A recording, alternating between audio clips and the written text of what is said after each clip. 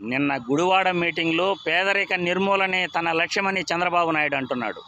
పదే పదే అబద్ధాలు చెప్పుకునే చంద్రబాబు నాయుడు గారు గత 14 సంవత్సరాలు ముఖ్యమంత్రిగా పనిచేసి ఎందుకు నువ్వు పేదరిక నిర్మూలన చేయలేకపోయావు అని నిన్ను సూటిగా ప్రశ్నిస్తున్నాను. పదే పదే పేదరిక నిర్మూలన, సామాజిక న్యాయం అని అబద్ధాలు చెప్పే నువ్వు సామాజిక న్యాయం కోసం ఎన్ని సీట్లు నువ్వు బీసీలకు, ఎస్సీ, ఎస్టీలకు ఇస్తున్నావో నువ్వు లెక్కలు చెప్పగలవా?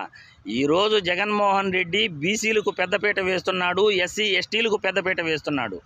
58 అసెంబ్లీ స్థానాలు ఆయన ప్రకటిస్తే 24 ఎస్సీలకు, 3 ఎస్టీలకు, బీసీలకు 19 సీట్లు ఆయన కేటాయించడం జరిగింది.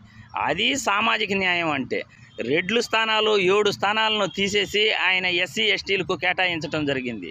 అది సామాజిక న్యాయం అంటే. ఎస్సీ, ఎస్టీల కోసం, బీసీల కోసం అన్ని స్థానాల్లో కూడా రిజర్వేషన్ ప్రకటిస్తున్నారు.